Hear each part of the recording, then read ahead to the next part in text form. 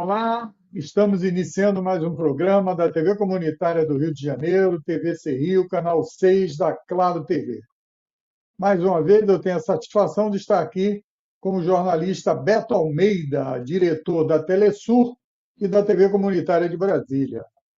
Beto Almeida está presente semanalmente na nossa grade com o programa Latitude Brasil, que ele é o apresentador. Latitude Brasil pertence à grade da Telesur. Beto, mais uma vez, satisfação por estarmos juntos aqui nessa jornada.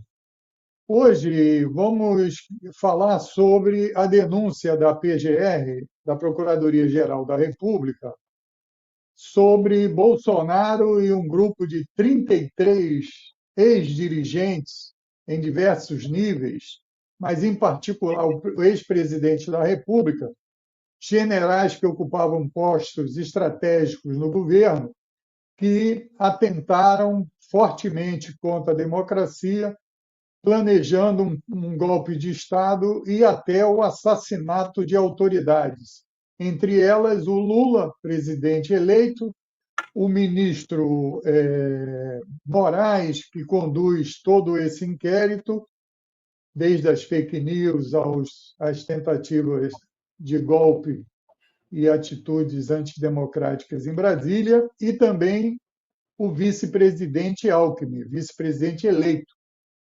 É uma denúncia robusta, 200 e poucas folhas, páginas, de um inquérito que foi feito pela Polícia Federal, que tem quase 900 páginas.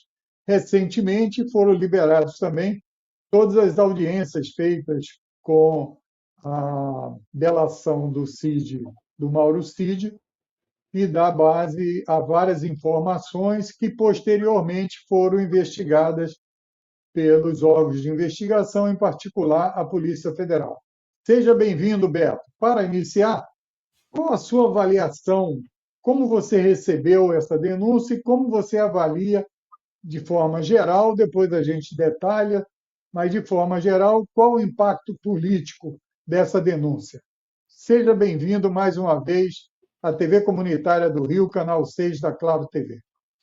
Obrigado, Moisés. Boa tarde a todos os telespectadores que nos acompanham na TV Comunitária do Rio e também aqui em Brasília, na TV Comunitária. Eu creio que essa acusação, essa denúncia feita pelo Procurador-Geral da República é um fato de gravidade enorme, enorme, é a denúncia de um golpe, mas a denúncia que vem acompanhada de iniciativas e planos de assassinato de 3 autoridades, pelo menos. O presidente eleito, Lula, o vice-presidente Alckmin e o Alexandre Moraes, ministro, na época era o presidente do TSE. É claro que essa denúncia ela vem sustentada, primeiramente, em uma investigação muito ampla feita pela Polícia Federal. Não é apenas na delação do tenente-coronel Mauro Cid, porque isso, inclusive, poderia suscitar algum tipo de dúvida, porque ele, no afã de salvar a sua própria carreira militar, de não ser condenado a penas superiores a 2 anos, né, que poderia levar a uma expulsão das Forças Armadas, do Exército, ele poderia estar fazendo, digamos, toda uma narrativa que sustentasse aquilo que corrobora, né, a tese inicial da acusação feita contra o ex-presidente Jair Bolsonaro. Não, é um conjunto de fatores, né, apoiado na delação de Mauro Cid, que é muito relevante, porque uma delação não é de qualquer pessoa, é a pessoa que era o ajudante de ordens, né, do ex-presidente Jair Bolsonaro, portanto, que estava no olho do furacão de todos aqueles acontecimentos lá em 2022, no final da eleição, e que acompanhou diversas ocasiões as diligências para a organização do golpe e do chamado Plano Punhal Verde-Amarelo. Então, Se você tem a investigação da Polícia Federal, tem a delação do Mauro Cid e tem um conjunto de dados que foram apreendidos, como a agenda do ex-ministro da Casa Militar, né, Augusto Heleno, como também os documentos que foram impressos e apreendidos na casa do ex-ministro da Justiça, Anderson Torres, como também vários áudios e mensagens de WhatsApp trocadas entre essas pessoas que estavam já num planejamento muito avançado para dar início a um golpe e uma ação militar também, uma ação violenta contra, primeiramente, o ministro Alexandre de Moraes, e por algumas condições que a gente pode discutir um pouco depois, fracassaram. Fracassaram. Ou seja, o golpe ele foi abortado, ele foi interrompido, ele não foi levado a termo, né?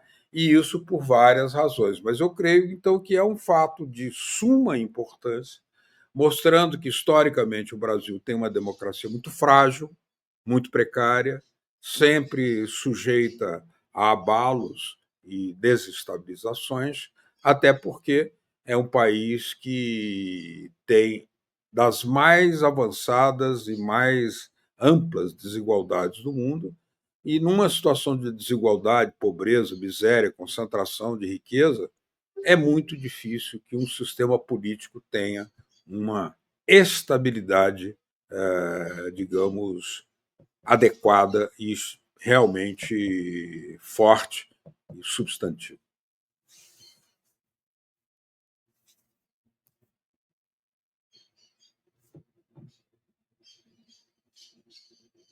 Microfone. Isso. Muito bem, Beto. Eu queria que você analisasse o seguinte: eu li a denúncia lá da PGR e ele identifica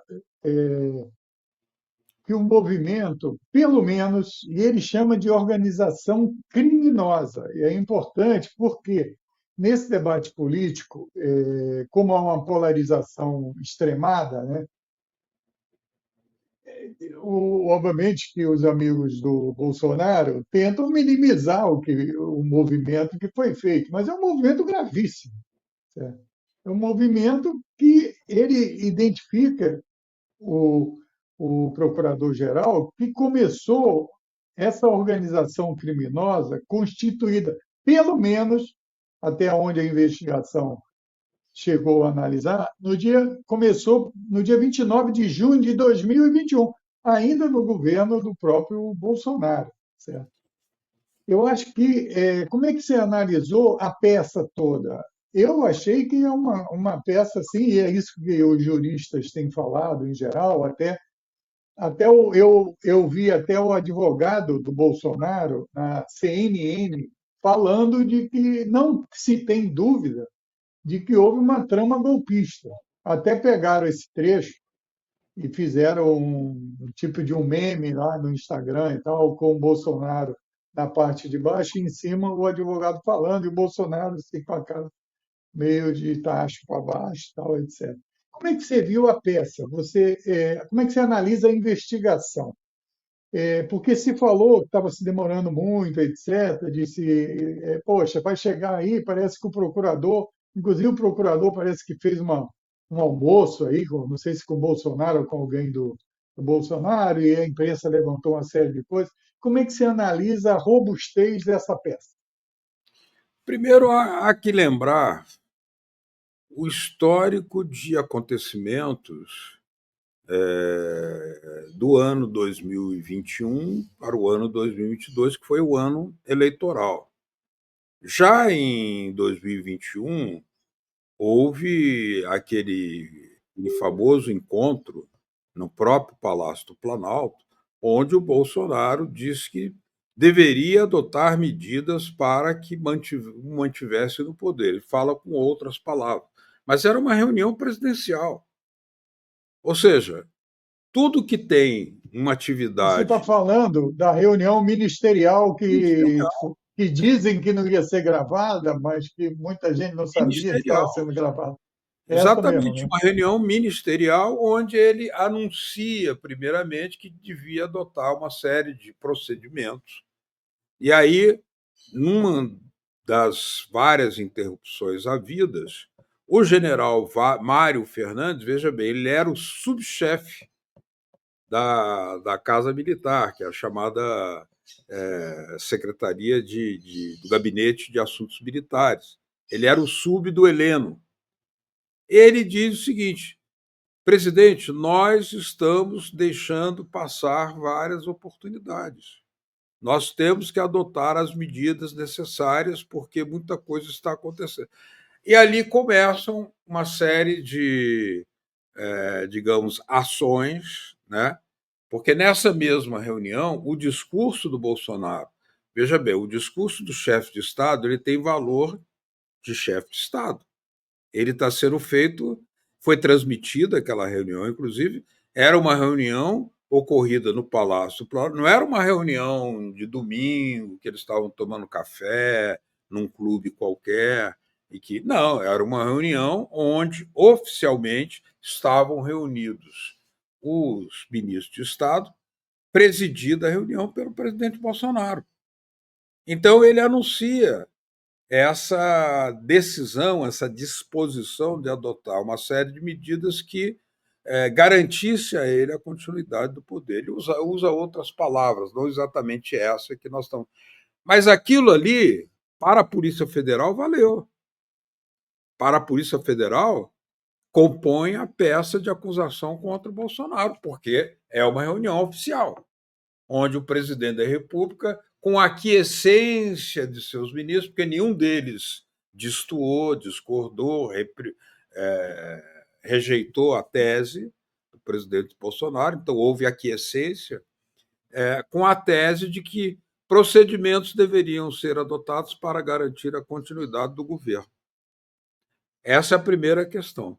Depois houve nomeações do próprio presidente da República pressionando o Tribunal Superior Eleitoral para que aceitasse a presença de um representante do Ministério, e isso não está previsto, né, na lei eleitoral, no regimento eleitoral, para que o Exército também fosse fiscal da eficiência da urna eletrônica.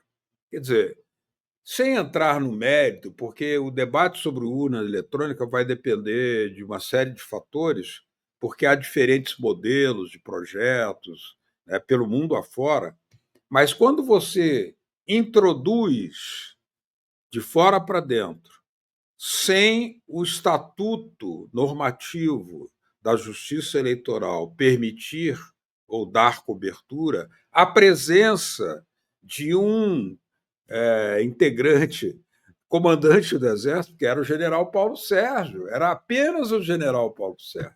Quer dizer, não era um fiscal eleitoral, o órgão de informática do Exército, não, era o general Paulo Sérgio. Quer dizer, a intimidação é máxima, total. Né? Você não pode relativizar uma coisa. Isso compõe parte da peça acusatória, né, da investigação feita pela Polícia Federal e também recolhida, aceita, admitida pelo Procurador-Geral da República, Paulo Gonet. Eu queria, nesse ponto aí, que eu acho muito importante que você levantou, porque é o seguinte: uma coisa é o debate sobre como deve ser a eleição eletrônica, né, que nós conhecemos e debatemos muitas vezes aqui e tal, etc. Mas a atitude do Bolsonaro sempre foi, nessa questão, uma atitude oportunista, certo? Que era uma atitude de questionar a urna eletrônica, né? Que era para questionar tudo, mostrasse um cara que está fora do sistema e tal, quando o Bolsonaro é um dos caras mais antigos do parlamento, certo? Então, quer dizer, ele sempre foi eleito e nunca criticou isso, certo? Então, esse debate sobre urna eleitoral era uma maneira de tentar desgastar, né, quer dizer, o processo eleitoral, etc. Houve Como, aí um agravante, que é o seguinte: o tenente-coronel Mauro Cid disse o seguinte, que que ouviu, né, o presidente Bolsonaro, em conversações com o general Paulo Sérgio, que era o comandante do Exército, e o comandante disse: não, mas não foram identificadas nenhumas irregularidades. Aí, como não essa resposta não servia aos interesses, aos objetivos golpistas, né, do Bolsonaro, eles encontraram uma outra versão. Não foi possível comprovar a ocorrência, sim ou não, de irregularidade. Ou seja, não se pode dizer Não nada, tem. que foi correta nem que foi incorreta. Isso, exatamente. Quer dizer, você relativiza tudo. Você põe em suspeita Isso, todos os mas elementos enfraquece. que foi correto. Mas enfraqueceu a atitude dos golpistas. Por quê? Porque eles colocaram isso eles tentaram fazer com que o general e o exército corroborasse de que houve fraude, que é possível ter fraude, etc. Quando eles concluíram que não houve, que não tinha nada a falar, aí eles tiveram que arrumar. Aí o Bolsonaro falou assim: não, esse relatório não serve. É, Essa o conclusão não serve. Então, é o ele seguinte, arrumou um vamos. guarda-chuva, né? Um guarda-chuva que diz o seguinte: não foi possível comprovar Isso, aí eles inventaram essa houve tese, lisura ou irregularidade. exatamente, que também é uma tese que enfraquece a atitude deles, certo? Quer dizer, se você não pode provar, é a mesma coisa que chegar na justiça. Você propõe prender o Moisés, certo? Aí foi 2-2. Então, Moisés continua solto, porque se não, você não acusa, você não tem como provar, você não tem maioria, a coisa permanece como está. Então, isso jogava contra ele. Agora, eu acho, isso que eu queria entrar, então, aproveitar esse gancho aí para entrar o seguinte: os militares, como é que você viu? Porque é o seguinte, me parece que é uma das primeiras vezes, ou a primeira vez, que nessa lista de 34 autoridades, né, sei lá, deve ter, eu não contei, mas deve ter pelo menos metade que é militar, ou mais, né? Sim. Então, isso é uma coisa absolutamente. Como é que você viu? Porque o Mauro Cid disse que a cúpula do Exército e a cúpula da Aeronáutica se colocaram contra. E o comandante da Marinha que dizia que a força estava preparada e tal para apoiar toda essa bagunça que eles queriam fazer. Como é que você viu essa questão das Forças Armadas e o que isso representa, certo, para a continuidade do país, etc., essa situação das Forças Armadas? Por quê? Só para concluir, de alguma forma, quando você é convidado para cometer um crime, você sendo autoridade, você, além de ser contra, obviamente, você tem que denunciar isso. Então, é óbvio que nesse momento a Essa questão principal é prender os golpistas, certo? Mas é importante saber que houve um debate aí na institucionalidade totalmente fora das quatro linhas para seguir o que o Bolsonaro disse. Como é que você vê essa questão militar no debate sobre o golpismo aí e as tentativas que ocorreram? primeiro, eu tenho visto pela mídia e certos analistas valorizarem o fato de que houve apenas um erro fortuito, ou um fator fortuito ocasional que levou ao fracasso. Eu não creio. Não creio que foi apenas a mudança do horário do ministro Alexandre de Moraes que levou a que eles abortassem aquilo, porque eles poderiam ter tentado no outro dia também. Primeiro que eu percebia que eles estavam com uma base de insegurança muito grande, porque nos primeiros contatos feitos pela equipe do golpe, ou seja, do Punhal Verde e Amarelo, com o general Freire Gomes e com o brigadeiro Batista, da Aeronáutica, eles não se dispuseram a participar. Tem mais. O general Freire Gomes chegou a dizer para o Bolsonaro que se ele continuasse com aquela, com aquela intenção declarada, né, verbalmente, ele seria obrigado a dar voz de prisão. É claro que, se fosse observado o rigor da lei, ele não deveria apenas advertir o Bolsonaro, ele deveria ter feito, de fato, a voz de prisão, porque ele foi convidado a dar um golpe de Estado. Golpe de Estado é contra a lei, é contra a Constituição, e o ministro, o comandante do Exército, é obrigado a preservar a Constituição. Ele jurou lealdade à Constituição brasileira, jurou lealdade à pátria, às instituições, né? Ele estava, então, portanto, nessa obrigação.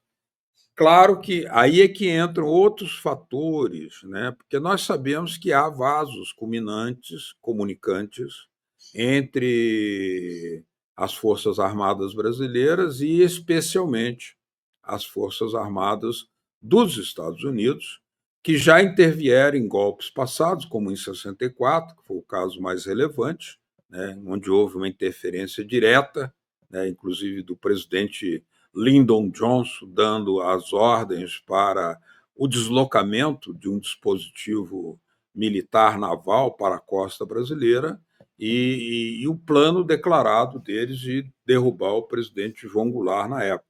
Esses vasos comunicantes, eles não são ocasionais. Ou seja, desde o final da Segunda Guerra, as Forças Armadas brasileiras têm uma elevada cooperação, entre aspas, com as Forças Armadas norte-americanas, inclusive lá nas Escolas das Américas, lá no Panamá, que é uma instalação do Comando Sul do Exército norte-americano, onde há o treinamento do que eles chamam, na linguagem ditatorial antiga, né, de guerra contra-revolucionária. Pois bem, havia uma intenção. Inclusive, não quero dizer que essa relação de vasos comunicantes é apenas entre os exércitos. Não. Entre o FBI e a Polícia Federal Brasileira também. Inclusive, há bolsistas da Polícia Federal Brasileira que são remunerados pelo FBI. Há uma instalação do FBI aqui em Brasília onde não é permitida a presença de cidadãos brasileiros, e ela funciona no setor policial sul aqui de Brasília, na ala sul de Brasília. Então, é uma ingerência histórica que os Estados Unidos sempre mantiveram sobre o Brasil. Não é de hoje. A USAID é outro tipo de ingerência, a Embaixada Americana é outro tipo de ingerência. Então, o que houve, de fato, e há relatos muito importantes, é que não havia da parte de Joe Biden, né, do governo Joe Biden, a intenção de dar passagem a qualquer tipo de arranjo golpista, de sublevação feita por Jair Bolsonaro, dada inclusive a sua proximidade com Donald Trump, né, que é notória, muito conhecida, são amigos declarados, né, amigos políticos declarados, sua família, inclusive, visita sempre Donald Trump lá durante a recente campanha eleitoral, estiveram lá presentes. Então, na verdade, o que houve foi um desencorajamento da cúpula militar brasileira, onde o Exército e a Aeronáutica não embarcaram nesta canoa furada do golpe. Agora, Beto, é o seguinte: eles, como a gente conversou no início, houve uma preparação.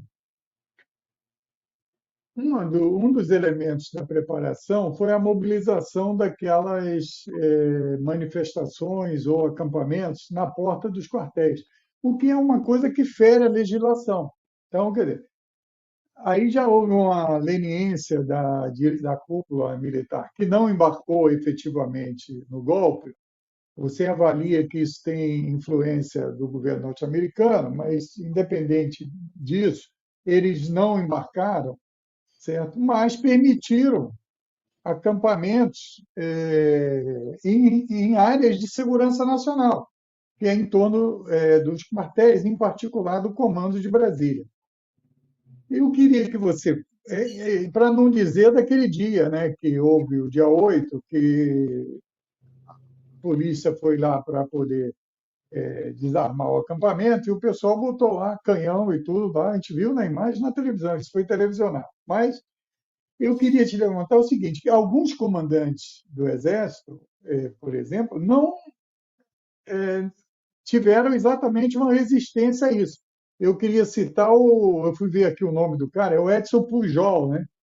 Que foi o primeiro comandante quando o Bolsonaro fazia comício ali na porta do comando ali de Brasília, né? Conhecido, etc. Tal. E ele nunca conseguiu dobrar o pessoal do Exército. Agora, é importante lembrar também que o Bolsonaro foi expulso das Forças Armadas, certo? Do Exército.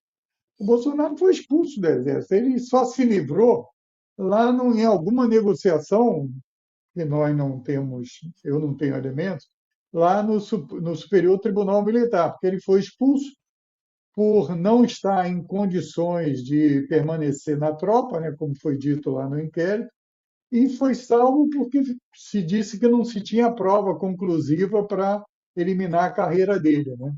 Então, o comportamento do Exército, na sua avaliação, teve uma posição de uma certa vacilação, na medida que, diante do crime, aceitou manter em vários lugares, cada comandante teve uma atitude. Em São Paulo, parece que eles deram mais guarida ainda, chegaram a alimentar o povo, fazer não sei o quê, parece no Rio Grande do Sul, em Santa Catarina também, etc. Como é que essa questão militar, para a gente encerrar, qual o fecho que você faz? Não, é claro que o conjunto das Forças Armadas teve uma atitude de ambiguidade, não há dúvida nenhuma. A permissão para aqueles acampamentos, porque eram acampamentos onde ocorriam atos ilegais, inclusive. Inclusive, até hoje não está ainda apurada, está sob investigação, quem financiou tudo aquilo, porque tinha um gasto, aquelas cozinhas industriais, as carnes que chegavam, a presença, por exemplo, de familiares do ex-general Vilas Boas, que estava sempre presente lá, né?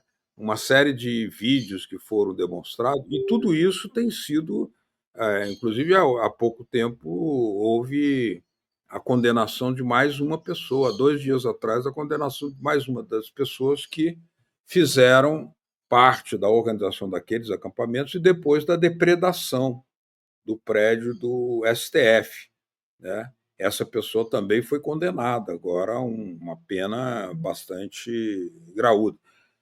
É claro que, se você considerar que aquilo durou das eleições até o dia 8 de janeiro, quer dizer, é um prazo relevante de tolerância negativa, de ambiguidade estendida no tempo, o que dá a entender que havia dentro das Forças Armadas, das suas cúpulas, não, um não consenso, uma falta de consenso em relação à medida que deveria ser tomada. Porque uma das alegações que se fazia, né, para permitir os acampamentos é que não se pode impedir as pessoas de estarem lá. Mas isso aí, se fosse uma manifestação progressista da UNE, por exemplo, estaria todo mundo do MST, né?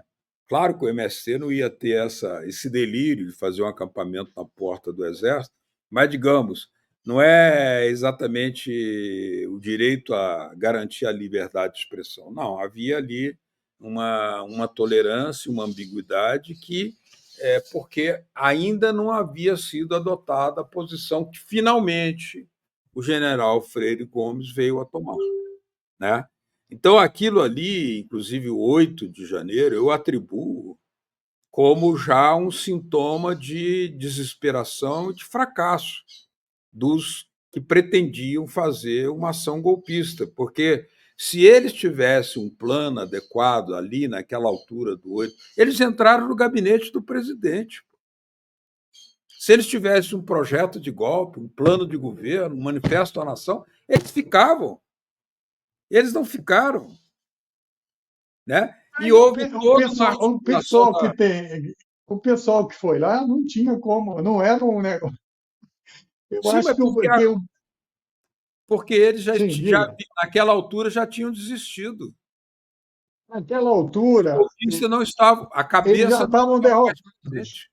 Eles já estavam derrotados naquela Já altura. estavam Aquele derrotados. ali é o suspiro final da turma que falou: pô, vocês nos deixaram haver navios, né? Quer dizer, Claro, foi nós para os não vamos Estados fazer Unidos. nada. Era uma situação já desesperada, porque ali a depredação é muito diferente, por exemplo, se os golpistas entrassem, tomassem a rádio, a TV Senado, a TV Câmara e fizessem o manifesto à nação. Era perfeitamente possível. Mas não, eles entraram, quebraram tudo, fizeram cocô. Quer dizer, não é um projeto golpista, claro, se bem que os golpistas são depredadores e tal, mas quando você tem essa ideia de tal, como em 64, quando o comando golpista ocupou o Palácio do Planalto, né, foi acompanhado, inclusive, de um diplomata da embaixada norte-americana, que foi o cara que acendeu a luz para que os golpistas tomassem conta do recinto. Entrar no gabinete e ficar no gabinete, nem Ele entrar e quebrar ficava lá, tudo. fazia um manifesto à nação, dizendo: nós não reconhecemos mais o governo do presidente Lula. Não, eles depredaram, e quando viram que aquilo não ia dar em nada, não podia dar em nada, né, eles foram saindo, alguns foram sendo presos. Claro que a Polícia Militar do Distrito Federal foi organizada para permitir, para dar passagem, para contribuir, ela é cúmplice de tudo aquilo, as mudanças adotadas pelo governador Ibanez.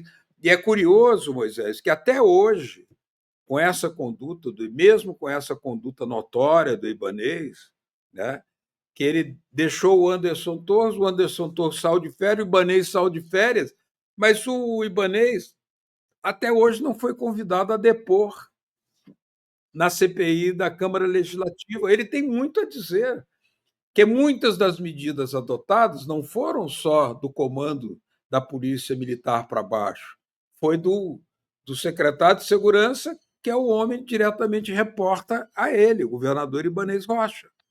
Então, ele deveria Agora, prestar depoimento na CPI da Câmara Legislativa.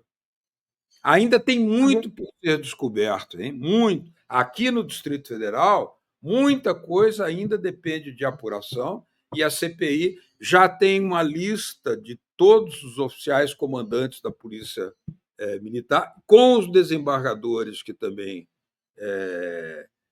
que faziam parte daquele comando de fazer vistas grossas e dar passagem àquela tropa de arruaceiros que tinha um objetivo antidemocrático, para desestabilizar o governo. Na ideia dos que foram quebrar lá os três poderes, eles iriam derrubar o governo assim. Mas, evidentemente, ali o comando do golpe já não estava mais presente. eu queria levantar outro aspecto, Beto, que é o seguinte: nós vimos, durante o período do governo Bolsonaro e antes e tal, a participação da turma do agro, certo? Agropop, né, como diz a Globo, etc. Ela teve um papel fundamental nessa mobilização aí mais radicalizada, certo? Porque na delação do Cid, uma deputada do PSOL contou 40 vezes que o Cid citou o pessoal do agro, certo? E isso ainda não está bem esclarecido, etc. e tal, porque o pessoal do agro financiou, eram os mais radicais, tinham um planejamento de parar as estradas, né, de tomar e tal, etc. Como é que você vê o agro, que é tão pop e realmente participa de forma importante na questão das reservas, né, de venda de produtos para o exterior e, portanto, da entrada de dólares e tal? Como é que você vê essa turma? Essa turma parece que vai tentar se salvar aí. Como é que você avalia isso? Olha, o agro tem sempre um pezinho no golpe, né? Eles participaram ativamente do golpe que se transfigurou na forma de impeachment da Dilma, depois naquela campanha toda que resultou na prisão do Lula, na campanha da Lava Jato, na qual nós devemos incluir também a TV Globo, a mídia, a grande mídia, né? Jornalistas notórios, muito conhecidos também, que fizeram até mesmo uma espécie de assessoria do Sérgio Moro, né? Isso é muito conhecido, né? Perguntas que nunca foram feitas para Bolsonaro, facilitando a chegada do Bolsonaro ao governo, né? Aquilo tudo foi uma atitude favorável da TV Globo para que o Bolsonaro ganhasse as eleições de 2018. E, posteriormente, nessas campanhas todas que nós vimos, inclusive na campanha de 2022, o agro esteve presente do lado da força conservadora, do candidato Bolsonaro. Apesar de que foi com o Lula que o setor do agronegócio ganhou a pujança que ele adquiriu. Foi a partir, inclusive, das políticas manifestas organizadas pelo Lula, dando continuidade, evidentemente, a uma série de outras políticas, mas elas foram reforçadas pelas políticas dos dois governos Lula iniciais e também da Dilma Rousseff. Isso é um fato. Outra coisa, Moisés, é que muita gente diz assim, não, já que agora houve a denúncia, tudo está tranquilo. E eu não me sinto ainda tranquilo porque não posso depositar 100% de confiança no judiciário brasileiro.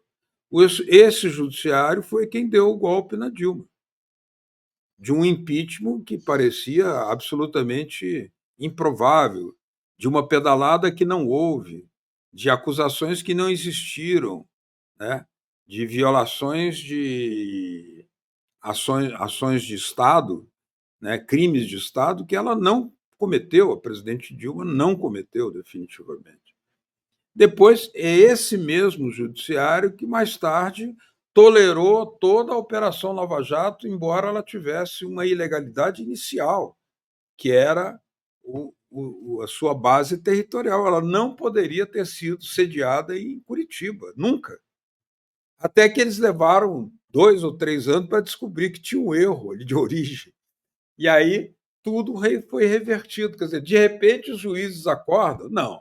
É que houve uma mudança nos ventos da política. O judiciário não é imune aos ventos da política, por mais que eles digam que eles lá não foram eleitos, que eles não se submetem às paixões partidárias, isso não é exatamente uma verdade, porque eles prenderam o ex-presidente Lula de uma maneira absolutamente ilegal, né? Aquelas acusações. Veja bem, o amigo Gilmar Mendes tomou uma decisão absolutamente inusitada de impedir um cidadão de ser convocado pela presidenta para ser ministro, que era o cidadão Lula.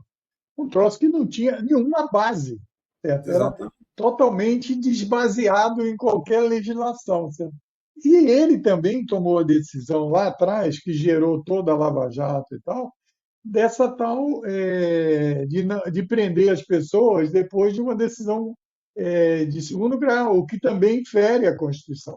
E tudo isso ele fez, passou uma chuva aí, tumultuou o país, e aí depois voltou atrás. Tal.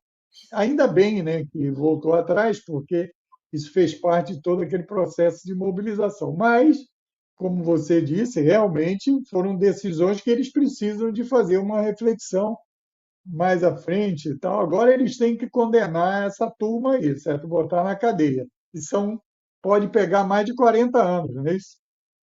Me chamou a atenção o fato de que o Bolsonaro tinha, como parte do golpe do punhal verde e amarelo, a prisão de 2 ministros do Supremo, né? O Alexandre de Um Moraes deles, e o o Gilmar Gilmar. Mendes. Depois ele mesmo tirou com o próprio. Não, deixa o Gilmar de fora. Aí o outro falou: vamos matar o Moraes. É. Então, é uma. Mostra que na avaliação do Bolsonaro, o Gilmar Mendes não é uma pessoa tão negativa assim, desprestigiada Isso. assim. Né? Muito embora depois o Gilmar Mendes deu um cavalo de pau em torno das suas próprias decisões, mas quando a conjuntura política já tinha mudado também. Isso. Né? Agora, Beto, nós estamos caminhando, já estamos com 40 minutos, vamos fazer até 57, então nós temos aí uns 15 minutos para a gente analisar dois aspectos que eu queria levantar também. O primeiro é sobre as ações, mesmo propriamente terroristas, né, que aconteceram. E o segundo é o papel do PL, que pediu a anulação de metade das urnas, tomou uma multa histórica, né, de 30 milhões e tal, etc.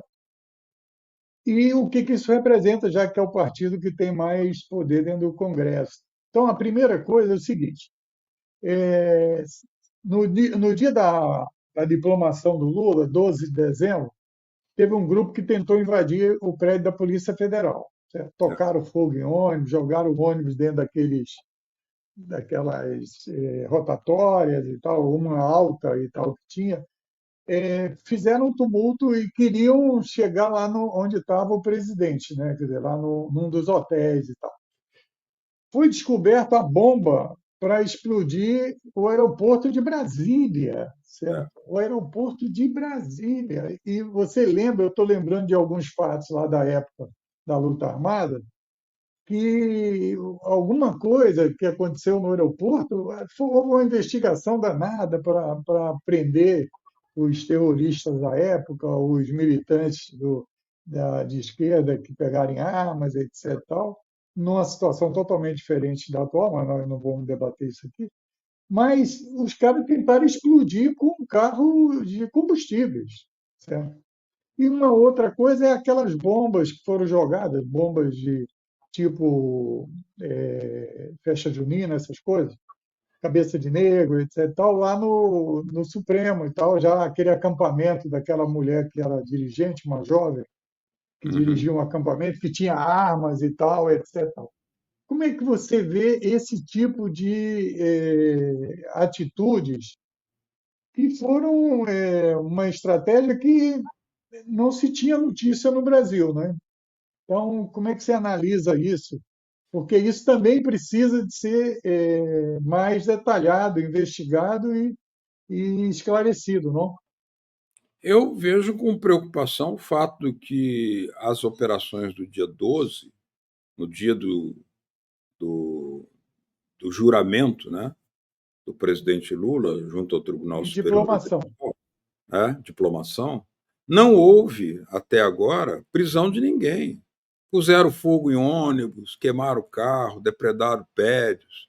Havia um agente golpista, que era da Polícia Federal, declaradamente integrado àquelas ações golpistas, dentro do hotel Meliá, onde o presidente Lula estava hospedado. Estava lá. E entre as alternativas para a eliminação do presidente Lula estava o envenenamento. Então, veja bem, o que acontece? Você ataca o prédio da Polícia Federal e ninguém vai preso? É estranhíssimo. É estranho. Isso era 12 de dezembro. Claro que a bomba no aeroporto, que felizmente não detonou, né? Porque ali, pela quantidade de explosivos que os técnicos disseram existir, aquilo provocaria uma onda de explosão de vários aviões que estavam nas proximidades, ficam Tem estacionados. hotéis, né? Lá no aeroporto tem vários hotéis, Tem tem. hotéis e tem aviões que ficam mais próximos do alambrado, que não ficam lá dentro. Tudo aquilo ali que tem combustível, no segundo aeroporto, no hangar que tem, assim, é cheio de aeronave, todas elas com combustível.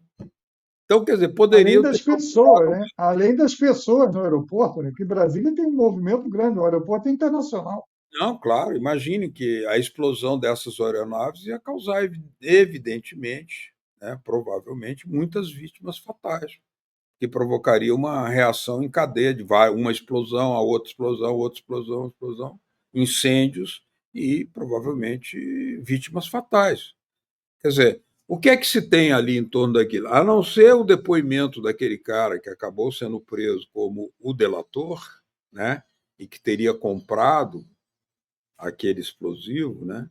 E que teria sido incumbido, você não tem uma investigação maior É uma ainda. devassa, né? Tem que ter uma devassa. Quem que Pois é, ofereceu? Onde é que compraram isso? Onde é que armazenaram? Quem ajudou? quem Porque você ajudou? disse aí que ninguém da Polícia Federal tentou invadir o prédio da Polícia Federal e não foram presos. Eu fui pichar a rua, poxa, aí na época da ditadura, fui preso, pô, fui colar cartaz na rua. Como é que você pode tentar invadir o prédio da Polícia Federal, que é preparada para esse tipo de conflito, né? E não, ninguém foi preso? Como é que pode? Queimaram dezenas de carros, ônibus ali nas imediações, ninguém foi preso. O presidente Lula estava no hotel que é do lado oposto da praça onde é o prédio da Polícia Federal. E ninguém foi preso. Havia esse agente golpista no interior do prédio, do Hotel Meliá. E ele se comunicou com a equipe, né, chamada equipe do Punhal Verde e Amarelo, dizendo: olha, não sei o quê, estou preparado, estou a postos. Aí ele recebe não, abortaram a operação. Quer dizer, o que ele ia fazer? O que ele ia fazer? Então, essa turma que está agora nessa denúncia da PGR, lá nesse episódio, que era durante o governo, é importante, era durante o governo Bolsonaro, claro, estava no finalzinho. Lula já tinha sido eleito e faltavam o quê? 18 dias para o É, final do mandato, 19 dias. Esse povo aí deve pegar alguns anos a mais por essa coisa que ainda não está investigada, né? porque eles estavam no exercício de cargo de Estado. Isso. Eles eram, por exemplo, Augusto Heleno era ministro de Estado, o Braga Neto era comandante, era vice-presidente, né? Não, ele era candidato a vice-presidente e ele era integrante do staff do governo Bolsonaro. Não, ele era ministro. Não sei, Era ministro da Casa Civil, alguma coisa assim. ministro da O Casa, Braga Neto, da eu Casa. acho que ele era ministro. Agora, Beto, Havia uma faltam. grande quantidade de militares. É curioso que ali, os que não eram militares, havia um único jornalista. Você viu isso? E segundo me informaram, é o neto do ex-presidente João Figueiredo, mas ele mora nos Estados Unidos. Um tal de Você está falando do Paulo Figueiredo?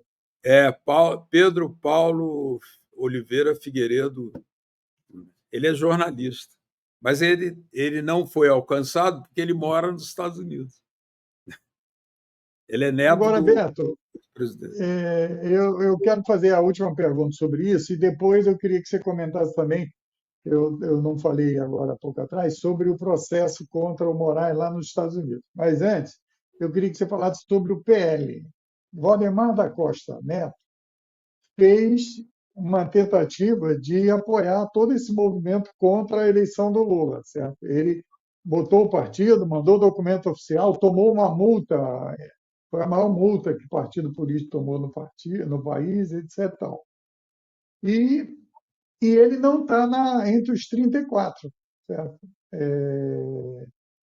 Provavelmente, a gente sabe que a PGR fatiou os processos, né, para facilitar o debate no Supremo e tal. Agora é essa turma dos 34. Depois vem outro, porque tem vacina, tem roubos de joias, venda de coisas que era do Estado. O Bolsonaro recebeu, parece que o Cid disse que ele recebeu 87 mil dólares, eu acho, trazidos fatiadamente, entregues a ele, etc. Agora, o PL, como é que você vê isso? Já que o PL é o partido de maior representação no parlamento, o que isso pode implicar nos próximos passos? Bom, o partido político, quando ele se registra, ele se compromete ao cumprimento da Constituição, da Carta Constitucional, né, e à defesa do Estado de Direito. O que o PL tem feito, notoriamente, por ações e atos comprovados, é atentar contra a estabilidade democrática.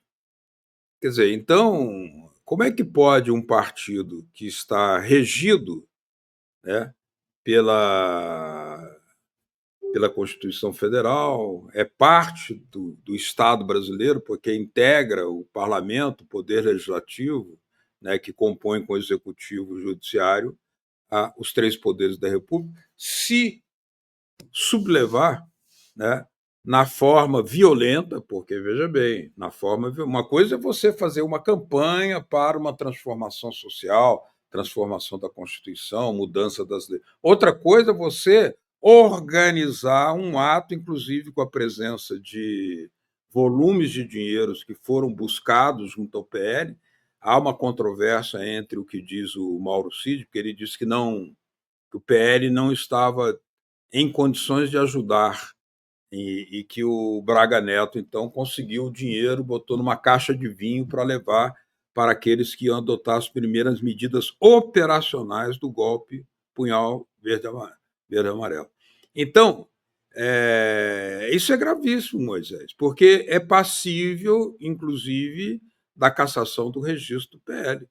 Alguém deveria pedir essa investigação, né? Como é que pode um partido, como diz, quando o Carlos Lacerda foi fazer o seu juramento, né, como deputado federal, o ex-governador Leonel Brizola, que também estava jurando naquele mesmo momento na Câmara Federal, né, pela cumprir a Constituição, interrompeu o juramento de Carlos Lacerda.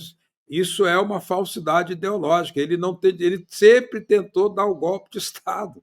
Ele não pode jurar aquilo que ele não vai cumprir. Esse é um homem contra a Constituição. É um juramento falso. Então, o que nós vemos é que o PL jura falsamente. Agora, que as leis são frouxas no Brasil, que a Constituição, que a lei eleitoral, né, as multas que são aplicadas nos partidos, no caso do PL, deveria haver no mínimo, uma multa muito severa e, quem sabe, até a abertura de um processo para a cassação de registro por afrontar a Constituição. Nós estamos agora no último tema, nos últimos minutos, e eu queria que você analisasse o seguinte, porque quando a PGR toma a medida de fazer a denúncia contra esses 34 ex-dirigentes aí, em particular a cúpula, né, quer dizer, do governo Bolsonaro, em particular o Bolsonaro, o presidente dos Estados Unidos, o Trump, junto com uma rede social, Hubble, sei lá, entraram na justiça contra o Moraes nos Estados Unidos.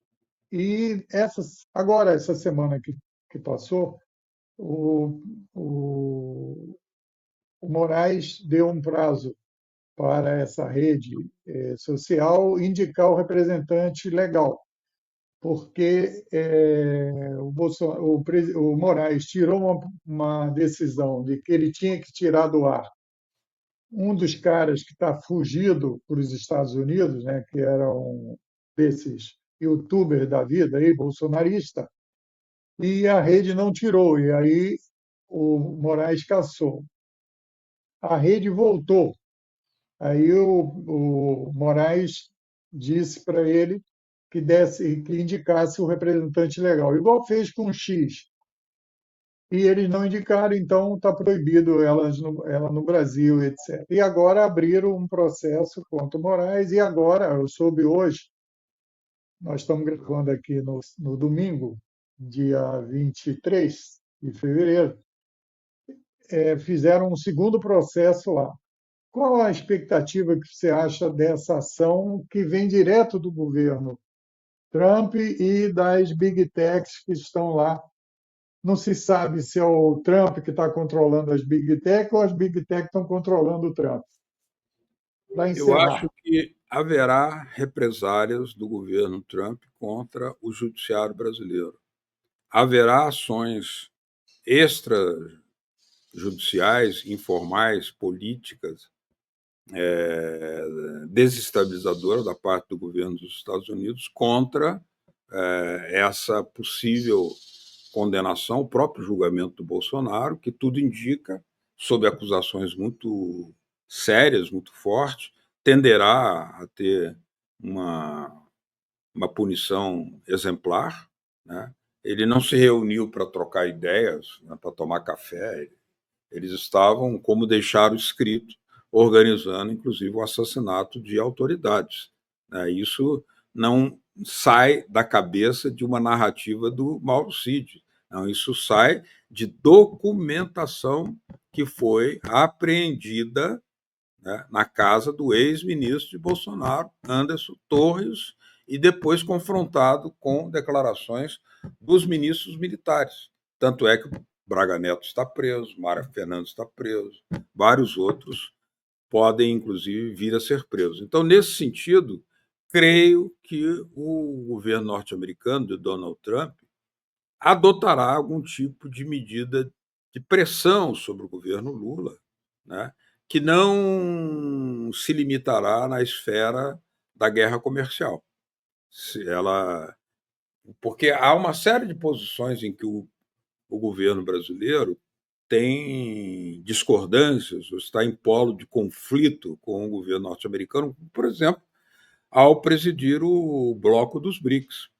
O presidente Trump já declarou que tem como objetivo considerar altamente inimigo e negativo a existência dos BRICS e qualquer coisa que eles adotem de forma organizada, por exemplo, o que é uma competência dos BRICS, para não se submeterem à moeda dólar. E é um direito. Isso. Se eu quero negociar com o Irã, com a China, com a Índia, com outras moedas, eu posso fazê-lo. Por que eu sou obrigado exclusivamente a me submeter ao dólar? Não. Mas o Trump já disse que haverá represália nesse sentido. Então, quer dizer, eu creio que o processo contra o Bolsonaro, ele merecerá da parte do Trump uma atenção especial e, por isso mesmo, o presidente Lula deve tomar muito cuidado e convocar o povo brasileiro a uma participação mais ativa para defender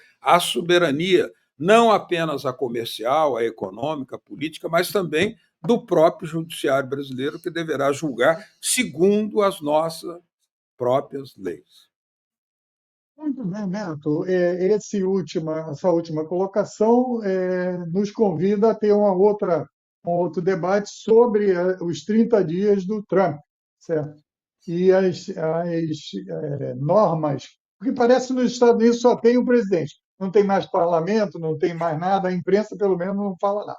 Mas agora nós já terminamos, eu quero agradecer a sua disposição de estar mais uma vez aqui no canal 6, TV Comunitária do Rio de Janeiro, na Claro TV.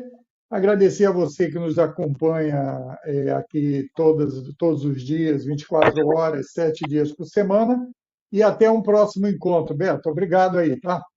Valeu, Moisés. Um abraço a você e a todos os telespectadores da TV Comunitária do Rio de Janeiro e também de Brasília, onde o programa será exibido. Aquele abraço. Obrigado. Obrigado pelo convite.